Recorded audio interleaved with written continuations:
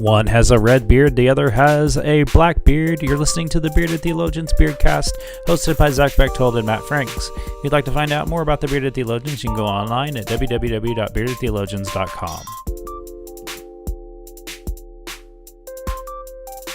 You're listening to the Bearded Theologians. I'm Matt Franks. I'm Zach Bechtold. And this week we're going to talk about the dog days of summer. It's something that we all experience throughout even our ministries and on summer vacation because we're in school or we're students or teachers or we're in a regular 9-to-5 job. There is the dog days of summer. And so today we're going to talk about how do we handle that. So Zach, as a pastor, how do you handle the dog days this summer? You know, I approach those long summer days where it seems like there's just a ton of time between, religious holidays, whether it be Easter, and there's just so much time, and people are gone. People are 100 different directions. I try to look at it the same way that I look at baseball. Baseball is a long season, and you've got a great time at opening day in that first couple of months, and then it just takes to drag to get to the All-Star break, and then you're excited again, for a couple of weeks, and then you drag until the playoffs. We do that through the same thing in the summer. We have Easter, we have Pentecost, and then we kind of drag until we get out of ordinary time, and we can quit wearing green Converse and move on into the next thing. And it's tough. That's kind of when you see stress creep in a little bit. It's when you see, maybe some doubt, you question some of the things that you do, and you just get bogged down in life. And so for me, the way I combat dog days, one with baseball, I like to watch it. That's helpful. But I like to get out of the house. I like to change up my routine just a little bit, do some hiking, take the kids out to play a little golf maybe. Just break up the routine a little bit and do something a little bit different, a little bit out of the ordinary. What about you, Franks? What do you like to do to combat the dog days of summer? Well, to me, it's not like it doesn't seem like the dog days are crazy for me. It seems like it just shifts the schedule a little bit. I know, like around here, I try to experiment in the summer. I'll do different things with worship and even my schedule in the summer, just to kind of shake things up a little bit and to see if something would work. We've kind of changed the order of worship a little bit for the summer, just to kind of shake it up a little bit for me and for the congregation, so that way they don't kind of get in a rut. But I like to try to experience things. I know for me, I'm in camp at least 2 to 3 weeks for the summer, and so the long summer months for me are really kind of broken up with camp. I'm actually right now this week, I'm actually sitting in the middle of camp, getting ready to finish up my last camp week for the summer. And so I know that for me, the excitement is always kind of, okay, so camp coming. And so then I got camp, and then I got another camp, and then I got a couple weeks off, and then a young adult retreat. And even that time with my family, we have other things that we have going on, family reunions, other church special events. It's always good to take a church to a baseball game. People love to do that. I think we took 30 last year to the baseball game that we went to last year. It was a great time. It was a nice time to have fellowship, and the couple other things that we do fellowship dinners in the summertime sporadically. I know a couple weeks ago we did one to kind of remember me coming back for my third year, and then we'll do one at the end of the summer to kind of say goodbye to summer. And those were well attended, to have a time together where we can just come together, and there's no agenda. Like, someone was wanting to know last Sunday when we were at our dinner party, was like, so what's the agenda for this? And I was like, you come, you get to talk to people, and that's it. There's no anything. It's the time to break bread together and have fun, and that's what I try to do. I try to kind of do some different things for the summer, because I find that to be helpful and healthy. Because once school starts and we get into the school swing, it's very hard to have a spontaneous schedule in the midst of school season, and I'm pretty sure it'd be the same way for most people, and that's to be ring true in the church. Because once fall programming starts, it's a whole different sprint. Summer programming is kind of like a jog, and then fall programming into Advent, and then hopefully there's some time in between Christmas and Advent for Lent. Last year that wasn't really the case, but some years are like that and some years aren't. And so it's about just maintaining pace. And there's nothing wrong with walking in the middle of summer, especially when it's like 115 degrees outside. It's okay to walk, and I think that's what the summer allows us to do. It allows us to slow down. And for the church members, one of the things I always try to do is encourage them to, if they're going to be out of town on a Sunday, to attend another church. So that way they can see the difference and maybe experience something new. No, I love that. We everybody, not everybody gets to travel, but we live in communities where a large part of our congregations do get to travel, and encouraging them to check out another church is huge, especially with that encouragement of, did they do something that you like, that touched you, that touched your heart? Can we do that here? Is that something that would be productive in reaching our own community? Is it something we're missing the boat on?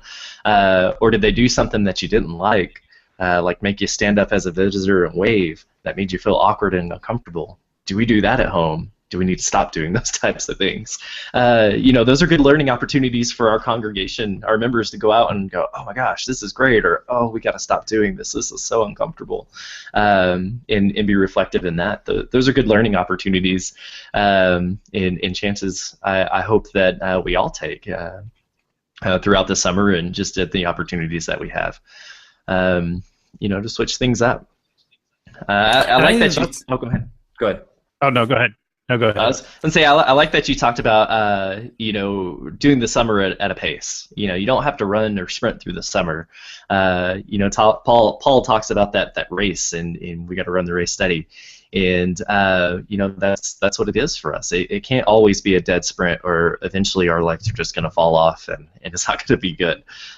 We've got to take the time to take a break, to rest, to maybe walk a little bit, to jog, and then to hit that sprint through, like I said, through Advent, Christmas, and the Lent and Easter, because those are that's a big chunk of our year, especially as it follows the school year, because we certainly hit a dead pace in August with school, running kids around, doing football, basketball, and all the things, volleyball, all the things that we do for our kids in the fall.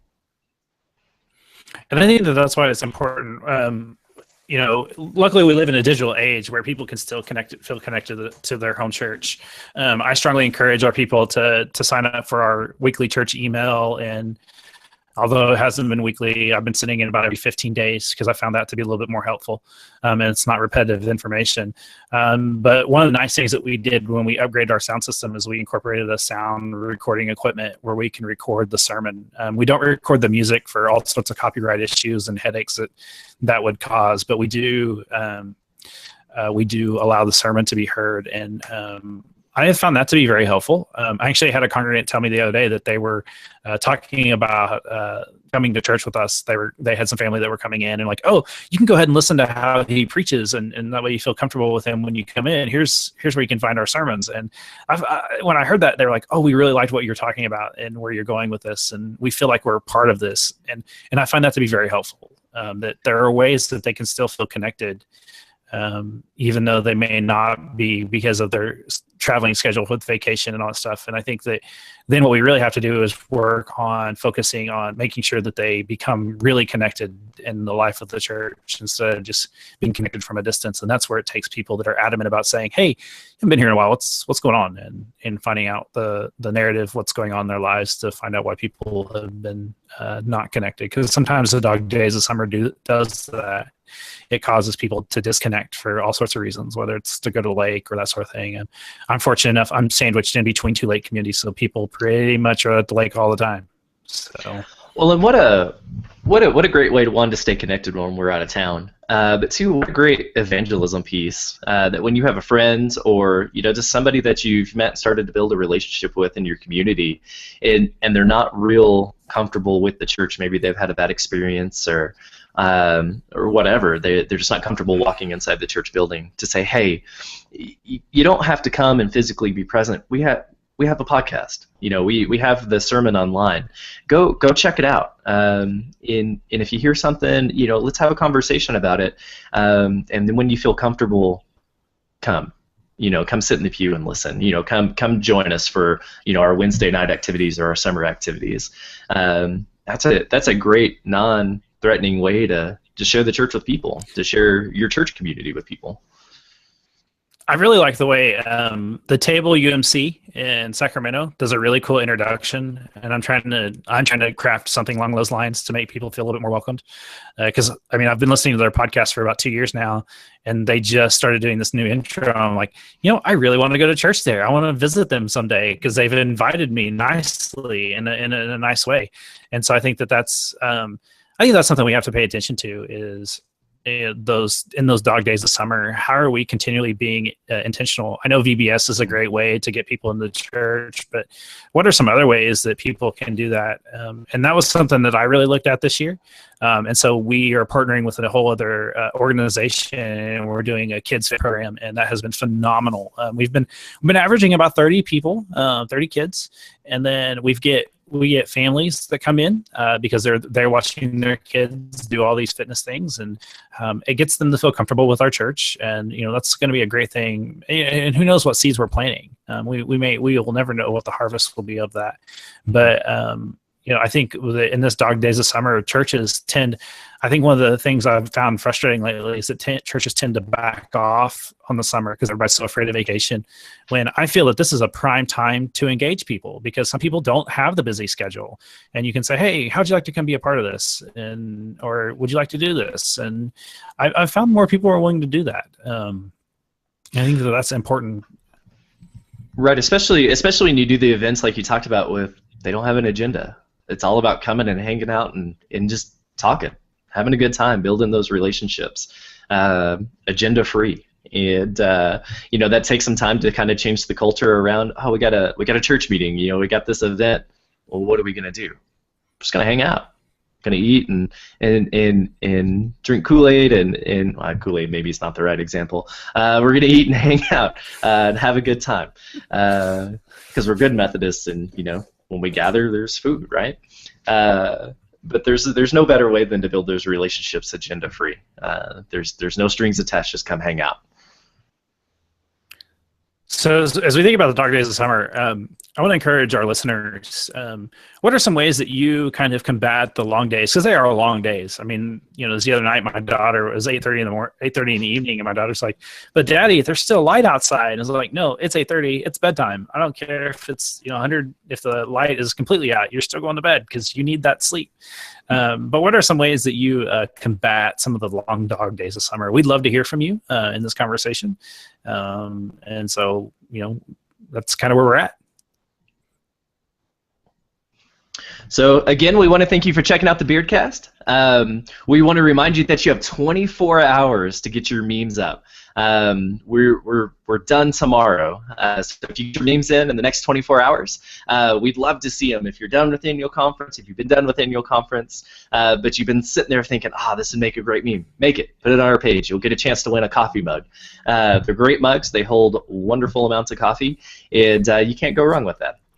But we want to, again, say thank you. Oh, Frank's has got one right there. I don't know if you can see them because I'm talking, but they're really cool. They'll look like this. They will.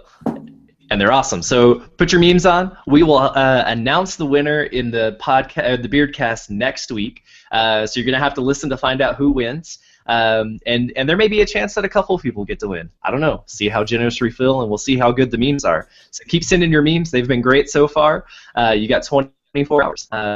Beyond that, we want to thank you for checking out the Beardcast, and for the Bearded Theologians, I'm Zach Bechtold. And I'm Matt Franks. And keep on keeping on. We hope you've enjoyed listening to the Bearded Theologians. If you'd like to find out more about the Bearded Theologians, you can go online at www.beardedtheologians.com. Thank you, and we hope you have a blessed day. Oh, I know. I'm going to have to go dig a pair of my Jinkos out.